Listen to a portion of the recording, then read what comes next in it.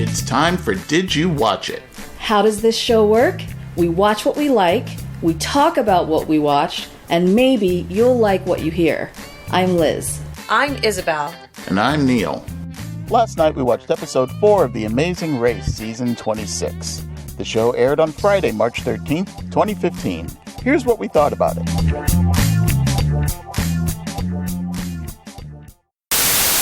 Thus far, a dating couple has come in last every leg of the race. But they've kind of come in first, though, too. Once out of 3. Oh. The odds may or may not get better, right? Right now, the blind dates definitely have a majority. After the third leg, they finished 2nd, 3rd, 4th, 7th, and 8th, while the dating couples finished 1st, 5th, 6th, and 9th. The advantages stepped down to like 2.5 places, but still a pretty pronounced advantage for the blind dates. But, as we will see in this episode, not everything is wonderful in blind dating. It is definitely not wonderful in blind date land. And it was certainly going to get to that point. It's remarkable how closely these team relationships and these team interactions mirror real life. Right? You know, because everything is wonderful and happy and all smiles in the beginning. It's all roses and rainbows and unicorns. As time goes on, you know, the mask starts to erode and melt away. And that is true. Then you start to see exactly who you are dealing with. The representative is no longer in the building. You're actually dealing with the principal themselves. Right. Yes. I think I have found a name for Laura and Tyler. Tyler is the tech dude. He's the mobile app developer. The buff dude. She's the talent booker. That's it. I'm going to call them Revenge of the Nerds. Okay. We start the leg by traveling to Wat Yan Nawa in Bangkok. Note to Blair, you know, as I said last week, redemption is his. Oh my gosh. That man has the patience of a saint. That's all I gotta say. Yeah. I applaud your choice of happy because you are clearly with someone who has chosen right. Oh my God. I have to say that when we first met Blair, and I wasn't sure that I was gonna like him very much. Right. Just his presence and the way he came across, and wow, I have super tight. Yes. I have some respect for him considering the partner that he was teamed up with. It just goes to show that it really isn't about whether she's given the chance to shine or not.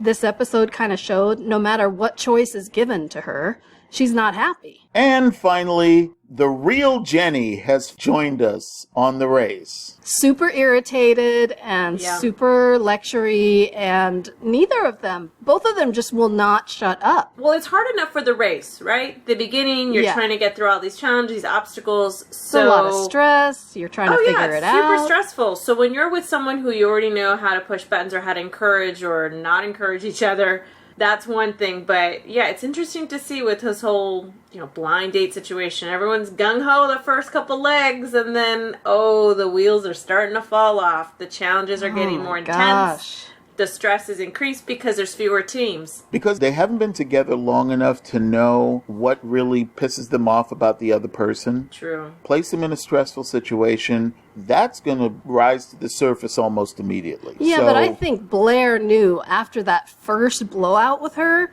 I think he knew what pissed him off.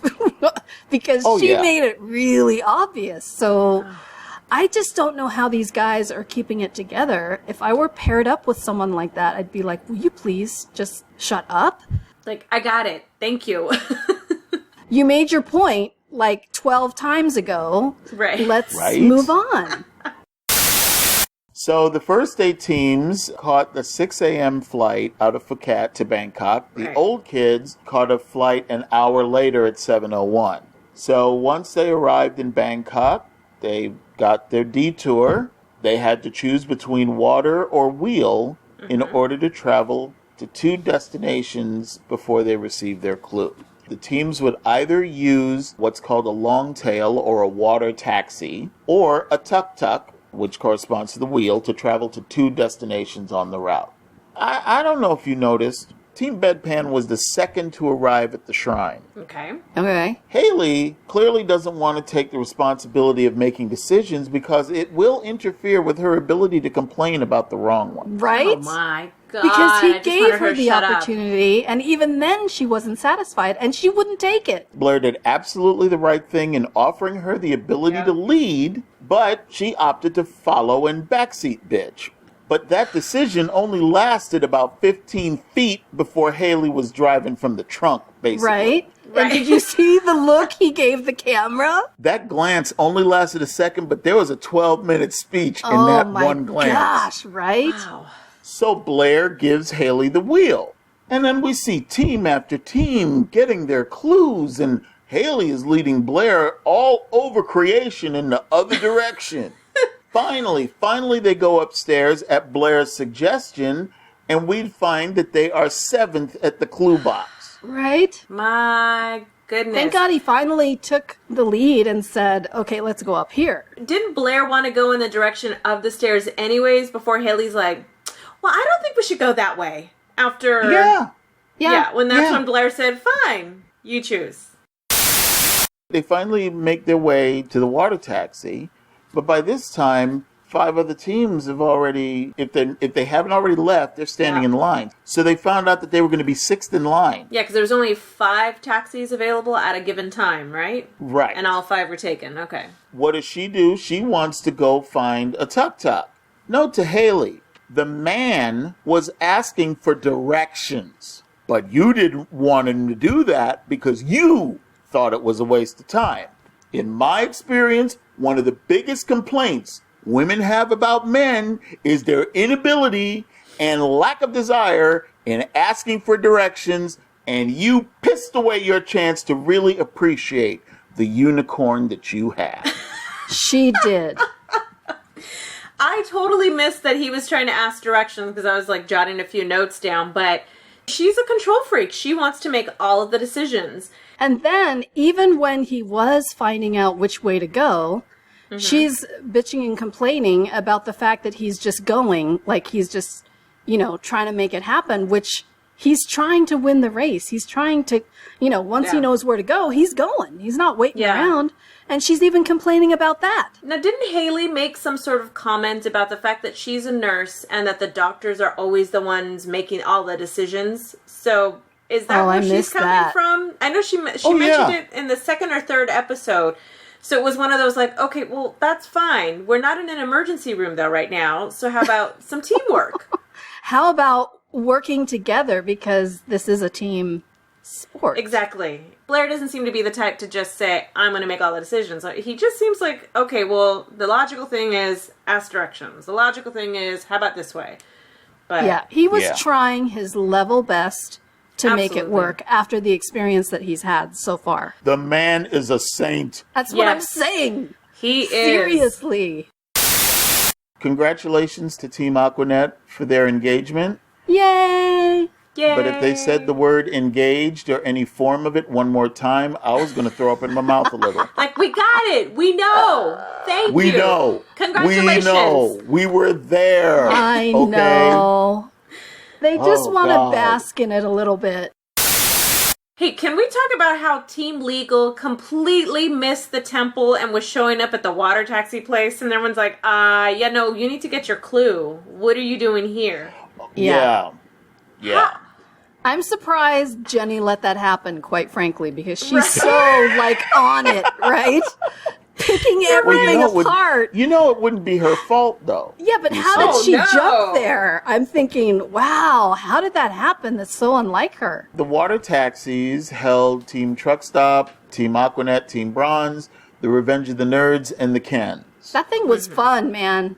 I loved how fast it was going. No traffic. Right? Right? Tuk-tuks are the worst. The taxi's first stop required the teams to eat a 1,000-year-old egg. Oh, I'm gagging just thinking about it. Team Aquanet so reminds me of the wrestlers. Every time I see them, I go back to Brooke and Robbie. I mean, it's crazy. Because what did they do? They stopped at the first booth that had eggs, and they said, we gotta eat this. We gotta eat this. And it's like, Nah, dude. Those eggs are new. Read your clue. And I loved what he said afterwards. He's like, we just wasted that on an egg for nothing. And then I don't understand, what was that Ken dance that they were doing? All I know was I loved Bergen and Kurt's philosophy about the eggs because they just were like, okay, they taste good. Okay, keep going, keep going. They were trying to distract themselves so they could just down the eggs. I loved it. You've got to do what you've got to do to kind of get through that, especially when it comes to the eating challenges. If that is going to help you just eat it more quickly, swallow, be done with it, more power to you. I'd have to go home. I would too. It's $1 million! I don't like fresh hard-boiled eggs. When Laura was just gagging, I was seriously like gagging over here watching her too. gag. Like, it was so gag-worthy. It was just I can only imagine the smell. Ashley was worse, though. Ashley was like making all the sounds and just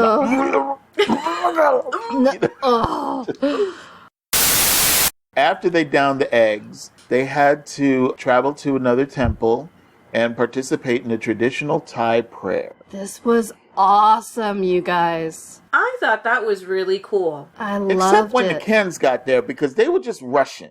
When Revenge of the Nerds got there, they were like, oh, well, wow, this is good. They were kind of like soaking in the experience and everything else. Quiet and respectful. They were even, like But pronaming, the all Kens this were just... stuff. They were all over the place. And it's like, just, okay, no, you gotta light the candle. How do you light the candle? You gotta light the candle. It's like, this is... No, I think once more teams got there, it was just like, the race is on, everyone's here, let's get going, let's move this thing. So, but Laura and Tyler were, I think the first ones there, weren't they? They were in the lead most of the time. They were. So, and they savored the moment. yeah, they just had their time to Yeah, kind they of had walk time. through They were chill. They were just taking it in stride.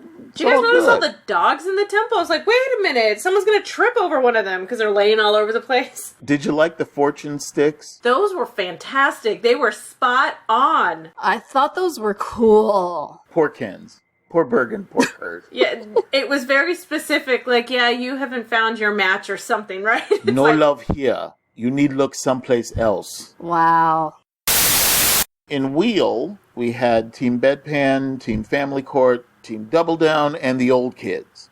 So the first stop required the teams to sink a red ball in a game of snooker. Okay. I was done with Haley before, but when they were in the cab after she made this miraculous shot, when she said, when I get angry, I actually perform better. I know. Didn't you want to did you see his face? Now, I absolutely want them to win. You do? Why? I want them to arrive first at the finish line, so when Phil asks them how it feels to have traveled around the world and to win $1 million at the end, I want Blair to step up and say, well, Phil, you know how people say it's a small world? I'm here to tell you nothing could be further from the truth. It's a big world. It's a giant world. And it's even bigger when you are forced to travel with a partner who won't stop talking, who won't stop criticizing, who won't acknowledge the things you do right, and won't take responsibility when she falls short of the mark because, especially during this trip, her failures were always somebody else's fault, namely mine. I will gladly accept my half of the million with great appreciation to you and the amazing race. But in my heart and in my mind, it doesn't even begin to cover the emotional costs I endured over the last month traveling with this one. Right. And P.S. I'm out. Because I'm never racing with her Get again. me as far away from her as I can possibly get. The first $130 of this $500,000 that I'm taking home is going toward a restraining order for this bitch. Oh my God. I'm also done with Jenny. Yeah, right? What in the world? I don't agree with Jelani when he said that they needed to work on their communication. His communication is just fine. Right? It's just her. She won't stop. Because when Jenny was barking out the orders, Jelani listened to his teammate, took her suggestion, did what needed to be done. When Jelani turned into a free thinker on behalf of the team, Jenny went into type A mode.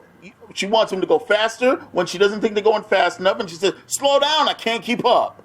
And it's, you know what? Yeah. It's another case of never being happy, just like Haley. I was just thinking through this whole episode, like the two of them, what is happening? Yeah. They need to be together. Both Jenny and Haley, right? Just put them on the same team. So, Phil, can we switch teammates? Is that possible? Can we form a new team all together? We'll do the date night. Yeah. Jenny was starting to get on my nerves, too, and I thought, okay, is she going to kind of snap out of it and realize, No, it just kept going and going and going. I think because nothing was going her way. And that's the part of the race. You can claim to have all the control in the world, but no, you're at the mercy of the taxis, of the airplanes, of the transportation. And it's nobody's fault. It just happens. Yeah, which is why I took a kind of little guilty pleasure at the second stop on the wheel track, where they had to go feed the cats at the Catterday Cafe with the little bottom milk that they got at the snooker club. She was terrified. She was. Yeah, Jenny is absolutely afraid of cats. Obviously, she prefers Dalmatians.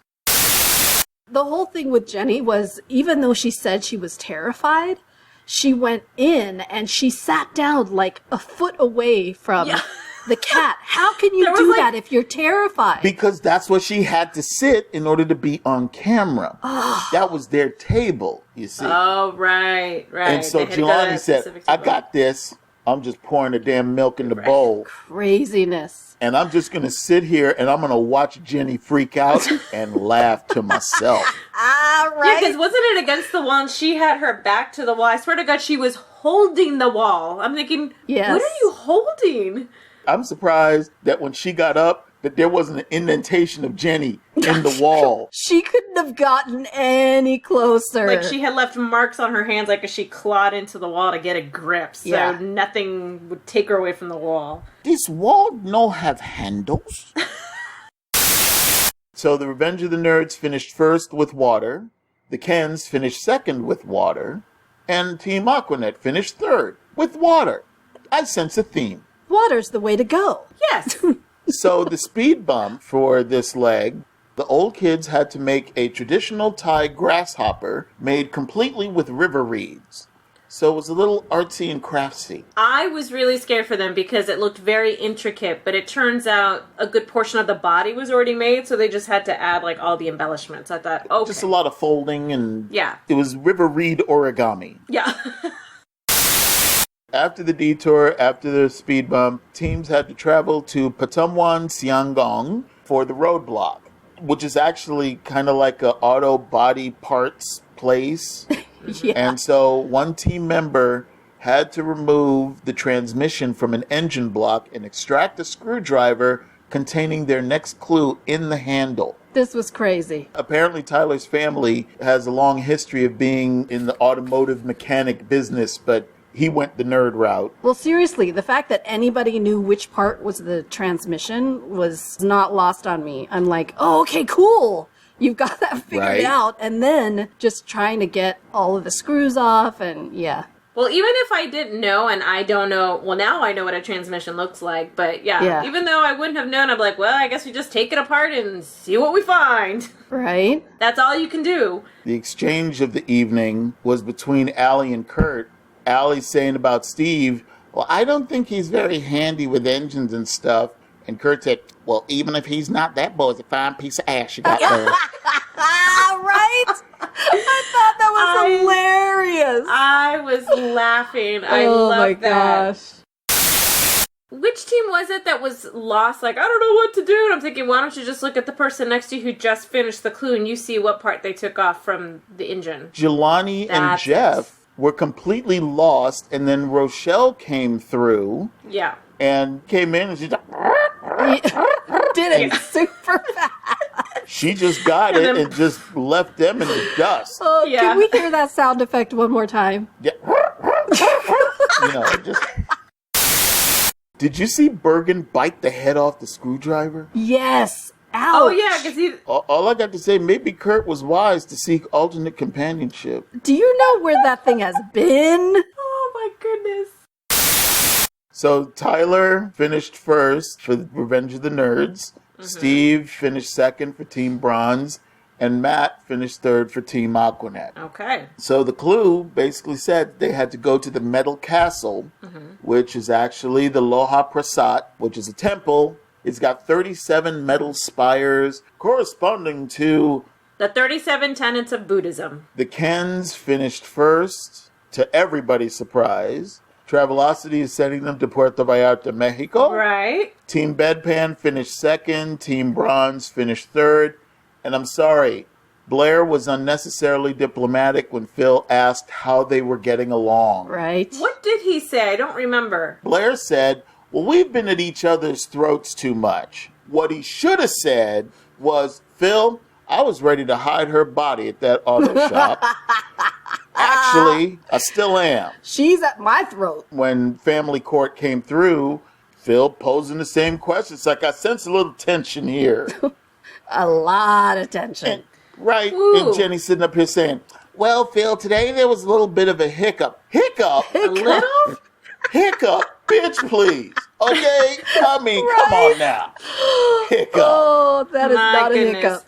Yeah. Okay, so how crazy was it that after the roadblock was done, that Team Aquanet could not for the life of them even think to ask someone, do you know what this is, Metal Castle? And of course, they're just Yeah. running around the same district or part of town that they're in, thinking they're going to find their next part. Like, really? Well, and who knows how long they were doing that? Yeah, who knows? Because Wrestlers. Team Family Court caught up to them and they decided to work together. But then Jenny's like, oh, hell no, let's get on tuk-tuk. And Let's then they go. jumped in the tuk-tuk.